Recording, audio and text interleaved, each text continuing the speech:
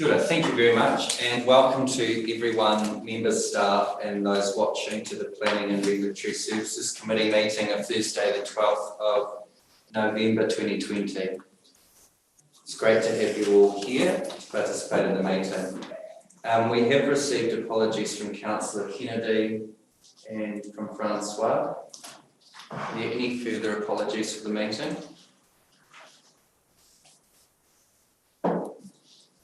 There being none, someone prepared to move that we receive and accept those apologies?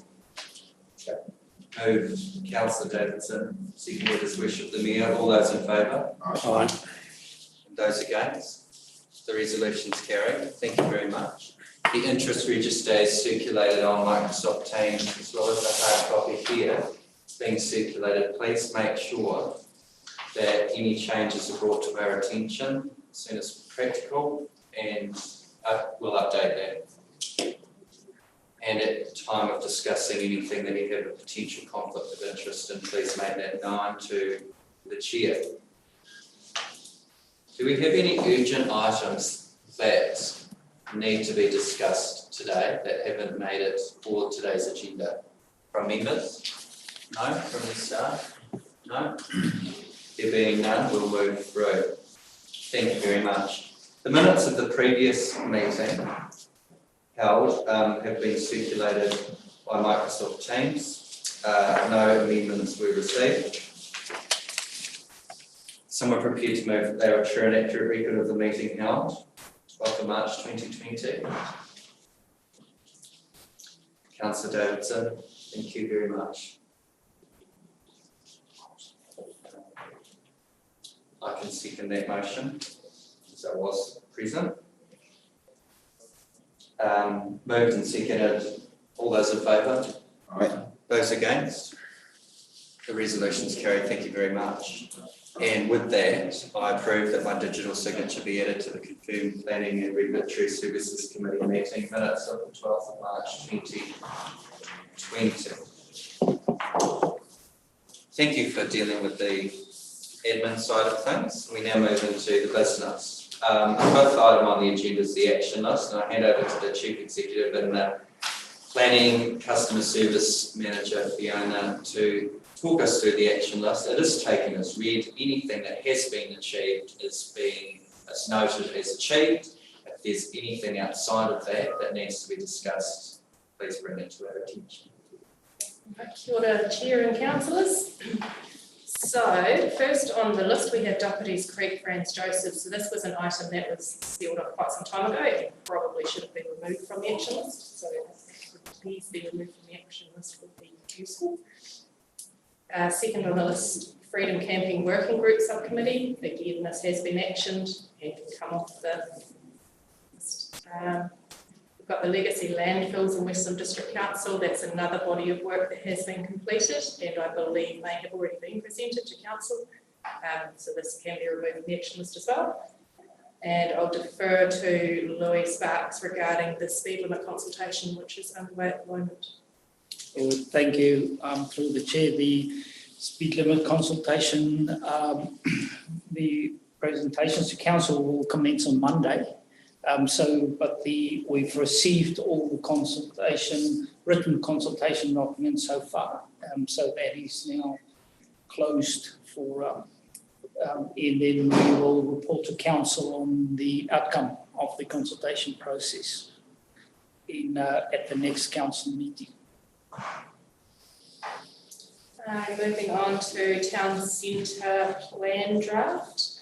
So at present we have the concepts being drawn up by a consultant that's working on our behalf. I would really like those to be available to bring for the December meeting.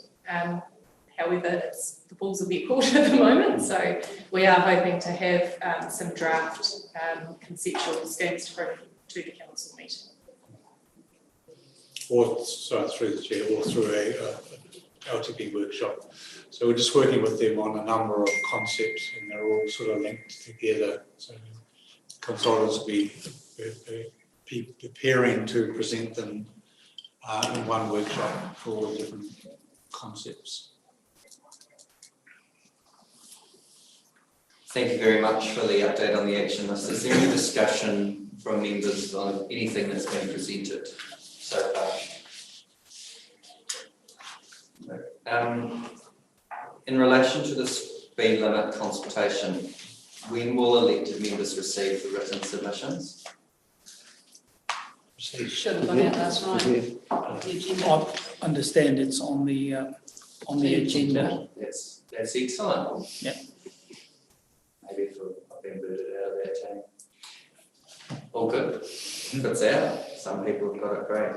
And the other one around town centre planning, I think it'd be great if particularly that Parks Reserves Environment Subcommittee were involved, not because it's in the area, but potentially in a workshop around that, because there was a very strong feeling from them about themes, ideas that were flowing into those, particularly race course and town centre planning. Through the chair, what we are envisaging is getting the concepts together to be able to have a discussion point to begin with. At the moment, we can talk to them, well, we have spoken to them about the ideas, but we're literally getting some drawn up concepts to make it a little bit easier to visualise. And that, so there's the LTP consultation that will be undertaken with regard to budgets, etc. And then there will also be some workshopping with the community around the actual master plans themselves. So you're envisaging running that simultaneously with the LTP? So the adoption or otherwise of those plans, does that align with the LTP adoption? It doesn't have to, because the LTP obviously is around the 10-year budgeting. These plans are around even up to 30 to 50-year view. So if we haven't completely finalised it, as long as we've considered the budgeting over that 10-year period, then the LTP can be approved ahead. But if we can get them to align, we would definitely aim to do that. That is our intention. Thank you.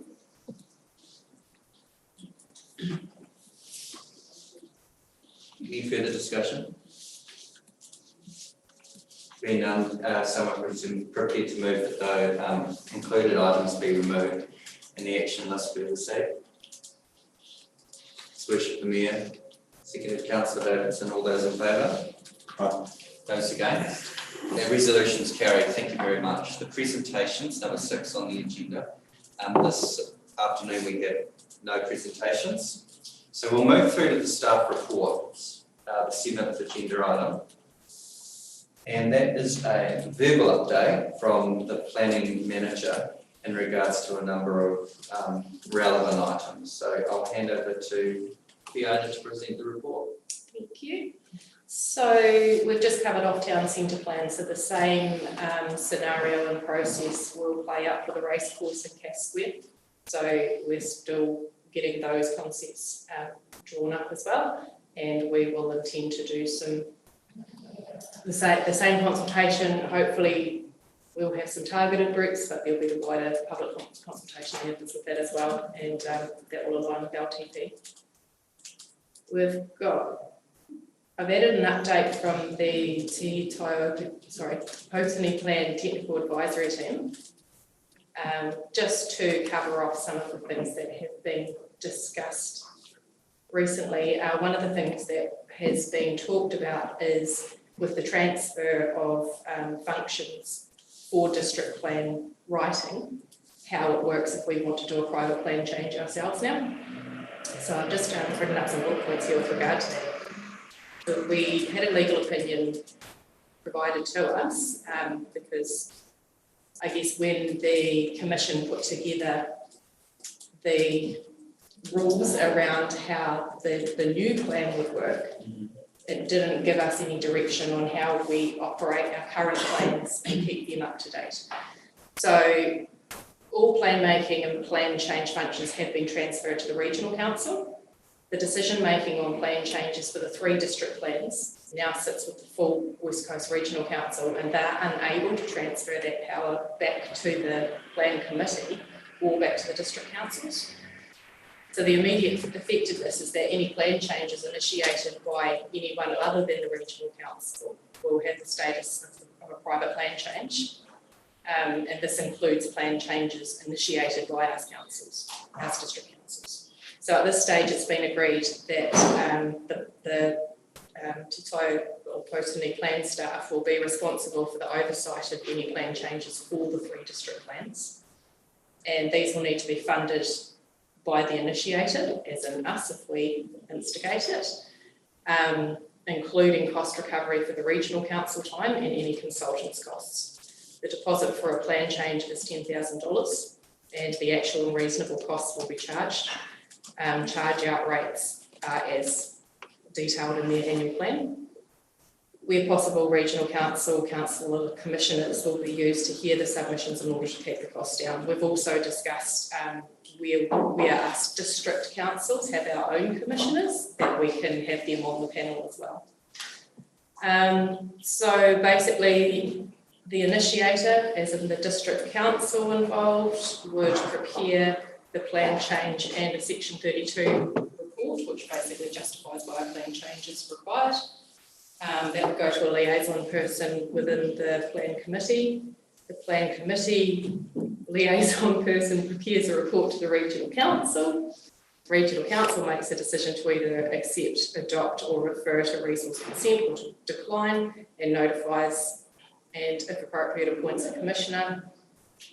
And then the regional council drafts the decision recommendation report, and the commissioners hear the submissions, prepare the report decision, the decision report, and the commissioner would make recommendations to regional council for adoption, and then any appeals would be managed at the cost of the district council. So that's where we're at with that. Do you want to handle this? Do you want discussion after each item? Anything in relation to the race course, CBD, plans, master planning, or anything around Tito Alternate plan? Yeah. Was there any user groups been contacted with in terms of the concept plan of the race course and Cass Square? Cass Square has had a lot of input from the community over the years, and so the concept that's been put together is based on that input, and then that concept can go out for further notification and more discussion. The race course we're starting from scratch because we haven't had consultation yet. This, to be really, really clear, this is ideas. This is not setting anything in concrete at this stage, especially for the race course because it is such a new concept. Yeah, as I say, Cass Square and even Town Centre have had a lot of discussion from the community, but the racecourse hasn't had that opportunity yet. Just to also state that, you know, we had a workshop with councillors a few months ago to give their expressions of interest around the racecourse in particular. We've taken that into account along with, you know, the staff's own input. I think we're at 80% there to a plan that could go out for consultation. The next step is just to lock that in with some final work that the consultants are doing to put up some imagery there to reflect what the likelihood would look like. And then we'll be obviously tweaking from there. So rather than starting and talking to everyone at the same time, going with a draft, which is almost 80% there, really cuts through a lot of, I suppose, noise to start with. So I'm pretty happy with where we've got today. Next is obviously to share that out with the people. And just to add, depending on the timing of that, those concepts coming back, if it's going to take longer than we're intending, then I'm unlikely to start conversations with the user groups that are already using Cass Square around what their preferences are for the likes of sports, churches, facilities, those kind of conversations. So they are the questions that we're going to be asking through the consultation anyway, but I'd rather have direct conversation with those user groups as we move through. Three members, Chair. Typetini One Plan Committee. I kind of get the feeling that what was a reasonable process for a private plan change has just become much more expensive and complex. Am I reading it right? It would be difficult to know, to be honest. I believe there's more layers being put in there. Yeah. have we got any private plan changes in motion? Not at present. There has been discussion from a couple of parties over the last year or so about ideas around putting through a private plan change. The position we're in now, though, is that if we want to change our operative plan to include rules around the likes of the racecourse or town centre or Franz Joseph, that we become the applicant of the private plan change. So we would have to weigh up, I guess, how important the plan change is to have immediately versus in line with the new plan coming out. And some of the matters, I think, would be considered more urgent than others, and we would have to weigh up at the time. We could potentially get an estimate from the regional council about what they think the cost might be on a case-by-case basis. So, yeah, what do you think's a reasonable time frame for a private plan change? It's going to take, I understand it's going to take about 4 to 5 years to get the one district plan in place. Do you think that's a reasonable statement? From what I've been told so far, yes. So that puts us in a position where we in Buller and Grey can't make any private plan changes without incurring probably substantial costs for that period of time. Correct. Right. Through the chair, it is the case, because we are in a transition phase, that we could ask for a waiver of the fee during this transition phase, which will obviously will cover any costs that come with regional council staff time and costs that go with it. So just to be clear, that $10,000 becomes a deposit of that time. So it's not they're not clipping the ticket, so to speak. It goes towards the actual costs of the process. And it would be absorbed usually as cost of democracy if the council's putting in its own plan change to itself. So it's just shared slightly differently. I wonder if we actually need to firm up if there are plan changes, and then in terms of the work stream of the one plan, maybe in terms of actually parts of it becoming operative, we can reorder what we're actually prioritising in that committee, because Waiho Franz is going to be an issue that has attention of that committee under urgency, but maybe it's one of the first parts of the plan that actually need to become operative and be considered in a way of, its own area, but we'll need to get some advice on that from, the committee in terms of how they see it going forward. So in my opinion, I guess we need to determine what our most pressing matters are, and if we determine, I think Franz is a really good example of once we've set a direction, we don't want to leave them hanging.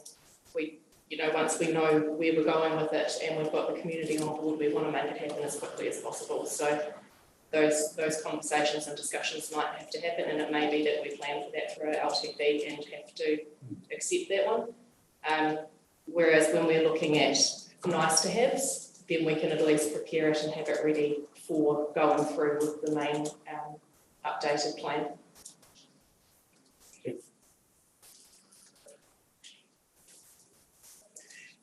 Thank you. Moving through. Okay, so another matter that was discussed, or another paper that came up through the technical advisory team, was around port zones. So initially, I liked the idea of Jackson Bay becoming a port zone under the new district plan. However, once the rules around that became clear and the definition became clear through the national planning standards, it became clear that by doing that it would become too exclusive for port zone, and it would actually affect the other activities around the area, such as the residential use, the prey pot, those kind of things would become an issue. It also would only apply to the area of land above mean high water springs, so the actual jetty itself, or port itself, wouldn't be covered. So given that, what we're looking at is trying to find a precinct that fits Jackson Bay better and gives it some personalised rules, given that it is quite a unique place and environment, and we've got to balance the fact that we have a really unique industry down there that's really important for Westland, and it's got a massive historic. place in Westland, along with making sure that we actually don't accidentally squash every other kind of industry or residential use in the area.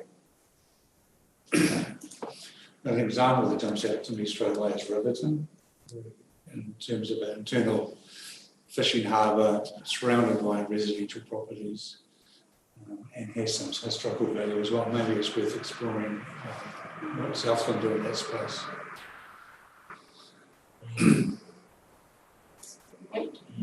The other one I thought of was potentially Oban in Stewart Island.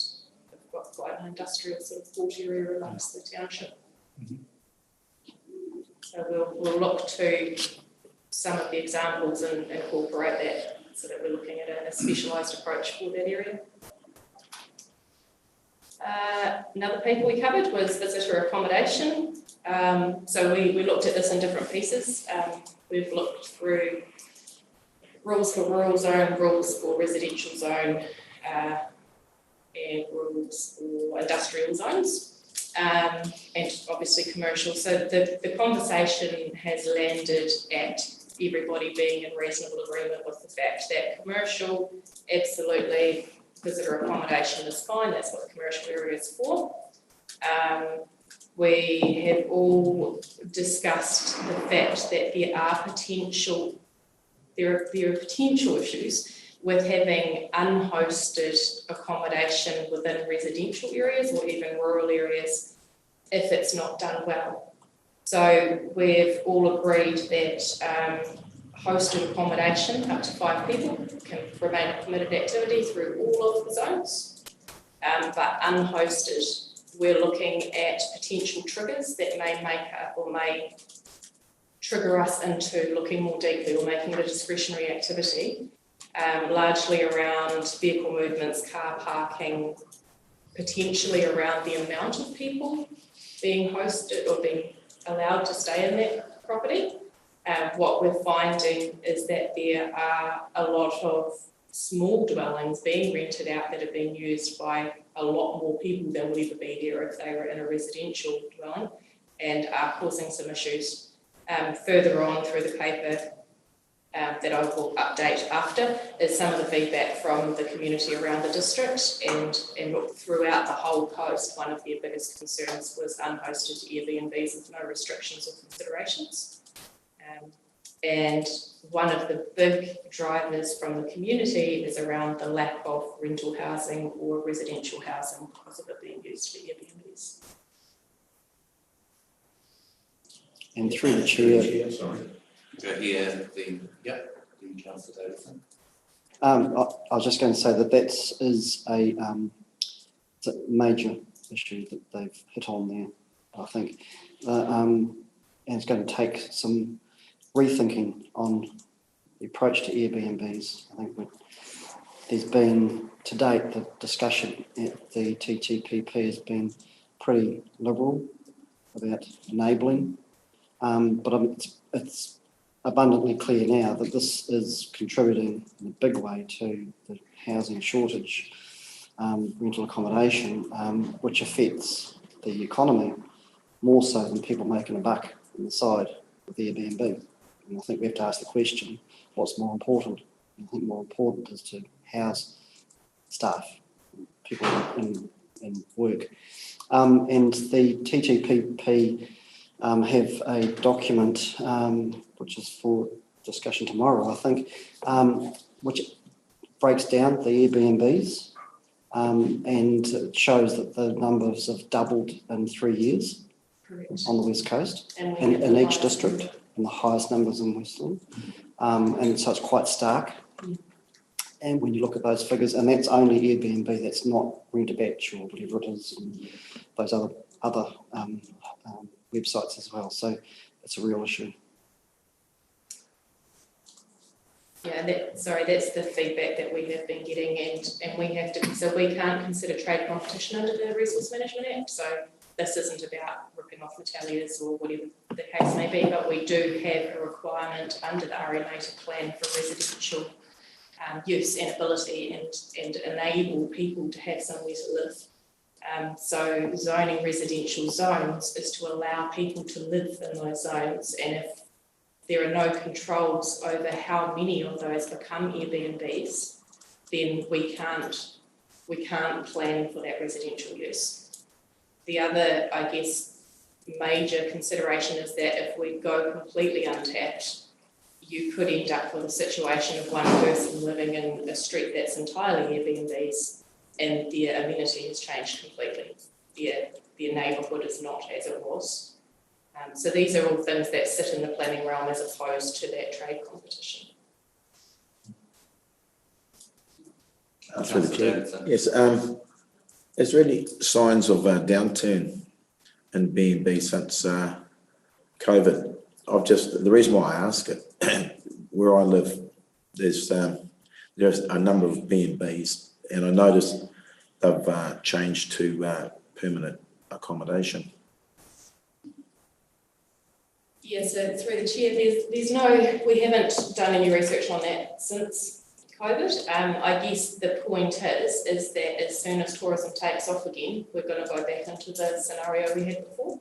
So that's the point of planning, is to have the things in place, have the rules in place and the parameters in place to take a considered approach so that we don't have this change around all the time. That's not to say that we're going to take a hard approach on people that apply for an Airbnb, or that there might not be situations where we can have a permitted activity, but we can't just keep the floodgate open if we're going to I guess, follow our mandate of allowing residential use of residential areas.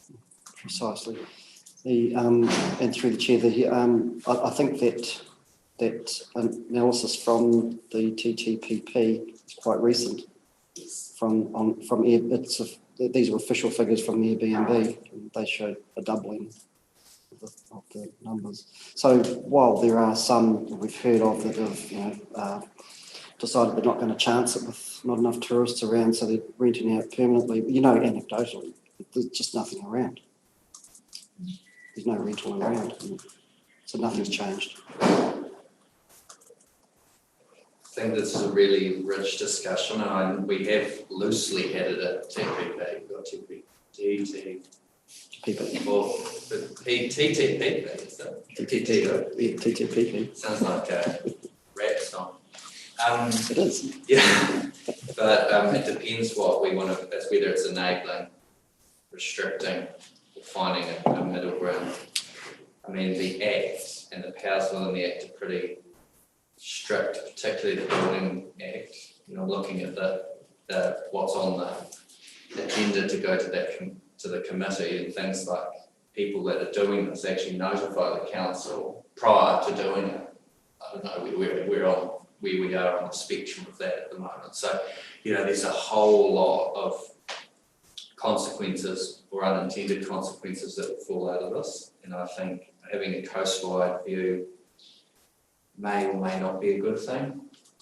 For some communities it's really hurting them to have the example Paul talked about, and then think about 18 months ago, 12 months ago in some of our communities, and how we're actually taking the load off the hoteliers. It's almost done a full 180, but could definitely be hurting established businesses and people finding rental accommodation in towns, particularly at the moment. So, but I think we can look at it through a COVID lens, but I think what we actually need to be looking at is what do we want? 5 years, 10 years time, what do we want to be incentivising people to do? And then what are we encouraging? That's really what I see the plan. It's not something that we worry about right now, but what framework do we give to people that want to be in accommodation services? What are their options? Are they better to actually establish a motel or establish a unit or something? Or go out and do this? And if they do this at the moment, Airbnb, like me, that's quite a unpoliced, regulated activity that we don't want to do before crackdown when we realise that it's illegal activity too. So it'll be a really interesting discussion. It's to be had on the 24th of November by TTPP.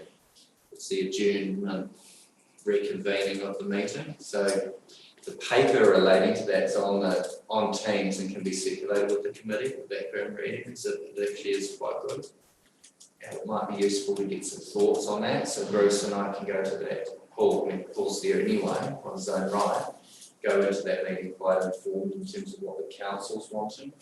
So, Expressed in it, you'd be, so, so just through the chair, just to be clear, whether there's a requirement for a resource consent or not under the district plan, there's still a requirement to meet the building act requirements. That's So it's not necessarily, there's no trigger within our processes regarding whether they need, what am I saying? I'm not going to go out and inspect whether they need a building consent. I'm saying I need to consider whether there's amenity issues, traffic issues. So this is literally around planning is what we're talking. Yeah. We can't I guess put aside the requirement to meet our statutory obligations under Ministry for Environment to be considering good planning because we don't want to trigger something under the Building Act, which is a completely different.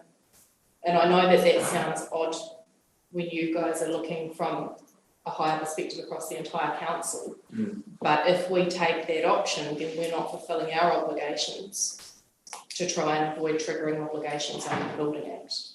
Yeah, Greymouth's embarking on it at the moment.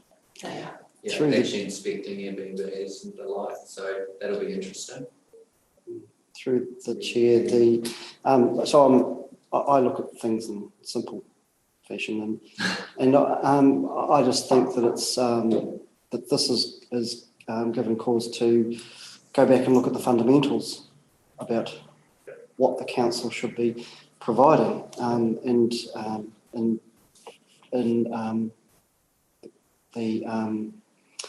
the foundations for a community. And to be able to attract people, you have to have the fundamentals of life. You have to have housing, you have to have health, and you have to have education, and the housing is a big one there, and I just think that the focus needs to be on enabling that rather than making it easy for Airbnb owners. Okay, yeah. That's my view. And thank you for it. Worship. If someone had an Airbnb and they didn't comply with the Building Act, at the present time, if the house burnt down, would it be covered? I actually don't know the answer to that question. I guess it depends on the insurance policy. You get a code. Through the chair, there is specific Airbnb insurance packages that are available. So that's specifically designed around the risk and liability that comes with that. I look at Airbnb in the last couple of years, and before COVID, at the peak of our season, without Airbnb, we'd have had between 500 and 600 people less in our town. There's nowhere to sleep. So got to be careful. I certainly hear what you're saying, Fiona, and I agree with it. Actually, I just don't know how it's all going to clip together. So through the chair, I guess the mechanism is that within the plan, we make strong policies and objectives that are supportive of Airbnb, but we ensure that when people are running the Airbnbs, that they're done in a way that it's not affecting their neighbours, that it's not affecting our infrastructure. So that's what we're trying to work through at the moment. Instead of it being a completely open floodgate and saying, well, we don't actually know what the effects are going to be, but she'll be right. We're saying, well, actually, we need to manage this, so we need to know what's happening. So it might be that there is a requirement to get a resource consent, but we may have matters of discretion that say we can only consider these things. And your view on the Building Act, obviously no one takes any notice of it, do they, when it comes to Airbnb? To Tiago Hara on that matter. So in terms of Airbnb, what it comes down is the number of rooms for people to sleep that you provide and what that triggers. So if you have an Airbnb when you've got one room and you have one, maybe two people staying, that doesn't trigger under the building code. But as soon as you get in over 5 and 6, then it affects under what we all the CDOTs in terms of fire regulations and the fire systems that have to be in place to ensure people have got safe egress out of the building in the event of a fire. So unless someone brings that to attention to say, oh, my neighbour has 6 or 10 people staying here and don't think they should, we're unaware, totally oblivious to the situation, but as soon as it's brought to our attention, as we have with others, Mahani Puria, for example, and the likes, where we've gone through and addressed what they need to do to bring it up to the requirements of the building code. So it's not the act as such as the building code requirements. I could be wrong, but the majority of people renting Airbnbs would be 2s or 4s. Yeah, yeah. You know, I mean, The real challenge is when it's not, when the whole house is actually rented out standalone, not what's the terminology? Hosted accommodation. Not hosted. Unhosted. So the unhosted would be the consideration. right. So hosted accommodation, we've all agreed through all 3 districts that we will support that. It's a little industry that's happened on the West Coast for many, many years, having little homestays, and it's not something that we would want to see. And I guess part of that is managing effects, where you've got a landowner living on site, they're very unlikely to allow the neighbours to be getting offended by the behaviour of their guests versus people moving into an unhosted, house for a week. Certainly, it would be great to see a clear set of rules. So Queenstown manages this by, I was just looking at this, unhosted accommodation, they just put a cap on the nights, so half a year, 180 nights a year. So, there's lots of different tools and mechanisms out there, but, that's, I don't know how successful that would be in terms of the West Coast and whether in fact it could ever be monitored, because you could do 179 and, be compliant and do one over and you're not, so. Yes, so with the Terra, Theory looks. unfortunately, we looked at some of those options and we had those discussions, and they're all incredibly complex. I think, as you said, Worship, is the idea of having some really clear-cut rules and people know exactly when they're fitting in and when they're not. And if they're not, they can have a look at their operation and say, how can I mitigate the effects? How have I got my best chance of demonstrating that I'm not affecting the neighbours and that this is an okay situation? What about activities that are currently non-compliant but not inspected? And then under the new, or when it finally becomes operative, TTPP, are they grandfathered? Are they, we don't look there? Are they, we need them to apply for a resource consent? If you're thinking about 400 Airbnbs, maybe 50 of them are consented in terms of they are a business that trades in other ways, Singapore Waterways sort of thing. What are we going to do with those people? So we did discuss that as a team, and the likely, probably the most favoured concept at the moment is the idea of some form of amnesty, whereby we may have a reduced application fee or a period of time that people can have their applications in. It doesn't mean that everybody will be approved. If we have one that has been a real problem and, we've got loads of complaints and we can see that they're not going to do anything to fix any issues, then they may not get through the process. But in all fairness, like I mentioned the other day, we haven't had any declines in the last 4 years that I've worked here, because people will compromise when you have discussions with them about how they can best achieve their goals. So I personally believe that's probably the best answer, is to actually retrospectively formalise if we end up with those rules in place, and then we've got everybody on an even keel. But people would still have to go through that process. Just through the chair, have you received any complaints about the noise from B&B? We have at times. Generally, it's regarding a certain party that's been staying there, and it's not necessarily that house has been an issue, it's that the party that stayed there has been an issue. What we hear the most often is around traffic management, vehicles parking in somebody else's driveway or blocking footpaths, or not a property not actually enabling vehicles to turn around on site, and 3 vehicles all backing out across a school crossing the wood. Has it been a big issue for council at all? At this stage, I wouldn't say a big issue, but probably what I'm hearing more is the concern around the lack of housing stock because of the Sure. Airbnbs. Yeah. So I guess that's the other consideration, is that with planning, we have a consideration around cumulative effects. So as more and more and more activities layer up, there can be a point where we might say, actually, that's too much. So if you've got a residential street where you're getting 20 Airbnbs and you've got one dude stuck in the middle, at some point you're going to say, actually, the cumulative effect is getting quite high.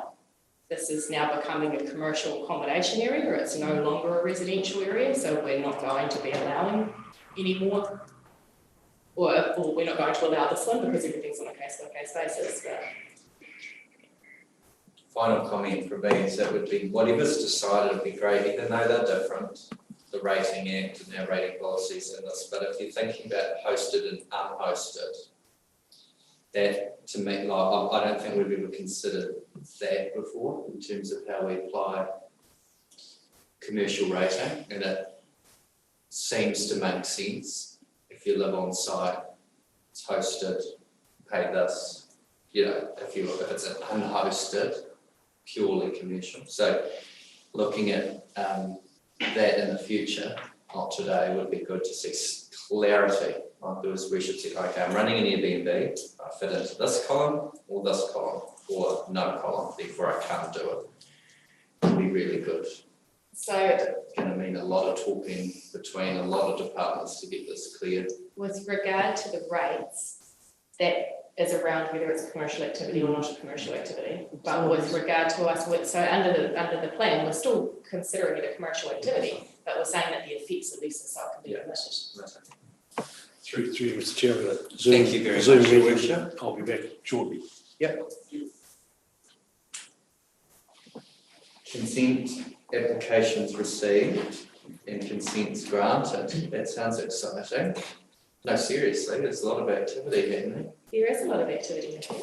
So through the chair, we have, and this is a summary for the entire financial year because we haven't had an update yet. So year to date, we have had 143 applications received for resource consents and 125 granted. So 18 are active. Some of those, well, the majority of those are on hold, and we've got some being processed at the moment. So there's actually still a lot of activity happening in the wide world, which is exciting to see. We've had 16 Section 224 certificates, which are the result of subdivision consents, which means that they have resulted in new titles being raised, so there's still quite a bit of subdivision happening.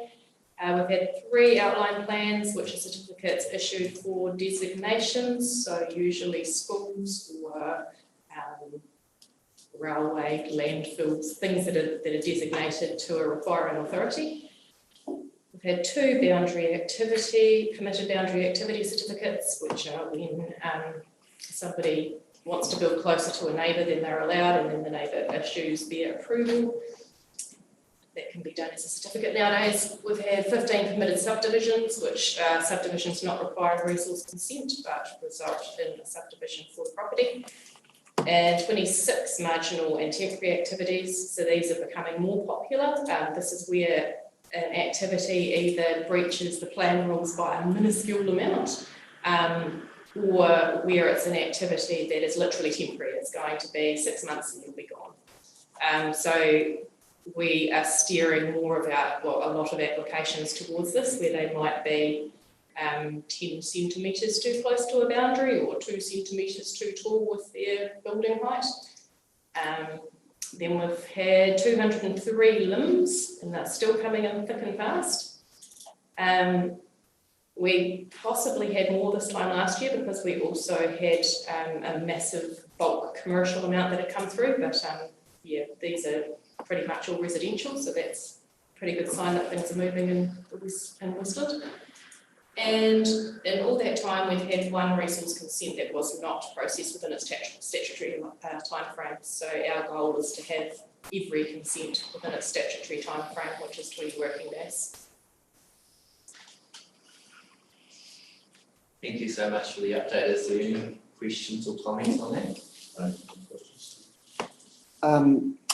At the Mayors and Chairs yesterday, we had a presentation from Development West Coast, which gave a breakdown post-COVID, and it showed a different picture. I think that was building consents, not resource consents. Yeah, we're down on building. Yes.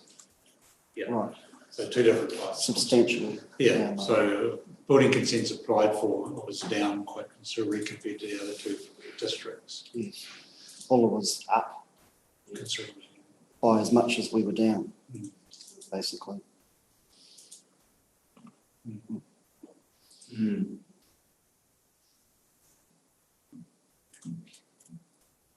Yeah, anecdotally, I'm thinking about lots of people that have moved to Westland that have bought existing housing rather than building. Don't know what, did they present, or is there any data around change of ownership data? Can that be retrieved?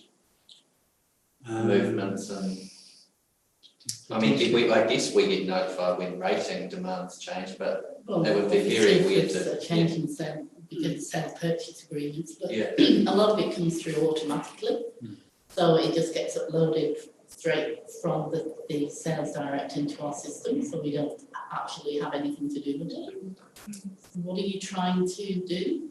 Just No, we're just saying about building consents, so someone building a new home or building onto their existing home as opposed to buying existing housing stock. So that might be mean a net across, the whole of the West Coast. Buller looks like it's up with building consents. We're down with building consents. However, we may have had a gain of 50 more people buying houses that have been on the market for 18 months sitting empty or something. I don't know. It's sort of like It's one very part. difficult to determine, Yeah. and when it's done automatically. There's definitely an influx of people, and they're all looking for rentals in the short term, and some may even build in the long term. I think it's finding that short term accommodation until a new build potentially comes on market. Also, through the chair, it's worth noting that the LIMs are actually a really good indicator, because generally the banks want a LIM nowadays when people are looking at purchasing. Sure do. Yeah, so when we get an influx of LIMs, that generally means houses are turning over. And it must be a good wee money maker for the council. It's all cost. Just What's through, the word for it? Through the chair, like User pays, cost recovery. through the chair, the building consent, is that sort of broken down into like new homes, renovations, upgrades? So in terms of the breakdown on the national scale, it's done on value of project. So if it's considered, and simplistically, we're talking about small builds, so it's $20,000 or less, because we've also got to pay funds on behalf of MB, were they Minister of Business, Innovation and Employment. And then, yes, it goes up from there in terms of 100,000 allotments for values. And then in addition to that, the way the building consent comes in is either classified as a residential 1, 2 or 3, or a commercial 1, 2 or 3. So those are the other 6 bands that we can break them down into. The majority of our builds fall into the residential slot rather than commercial. A little bit of commercial activity that was beginning to happen down in the Fox and Friends, but obviously care of COVID and people have fought back on that. And the other thing that's impacted now, so we don't really have a true figure of what's happening in the district, and it's impacting New Zealand as well, is the change on the exemptions for the building code, what requires consent and what doesn't. So there's a significant amount of work happening around with consents, extensions in terms of carports or other such things, or small units in the back that don't require building consent, still required to be built to the code, but we don't know what's really happening because people don't have to approach council for that building consent requirement unless it triggers a resource consent requirement in terms of how close it might be to property boundaries or to existing. So what you're saying, in Westland there could be, for an example, 20 new homes built, and in the Buller there could be 5 new homes built, but the value up there could be greater because they could have done millions of dollars worth of renovations. Yeah, so a 2-bedroom unit would be classified the same as a 4 or 5 bedroom unit slash mentioned because it'll be a residential one. Thank you. Through the chair, those figures from DWC also looked at subdivision, didn't it?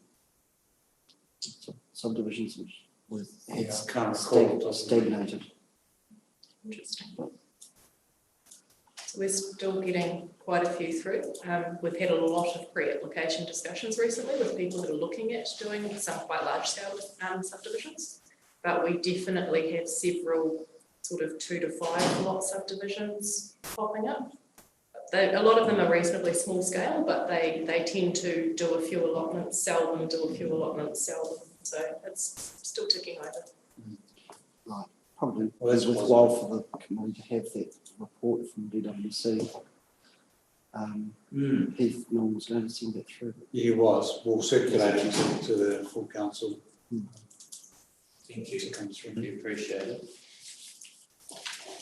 Other business? Other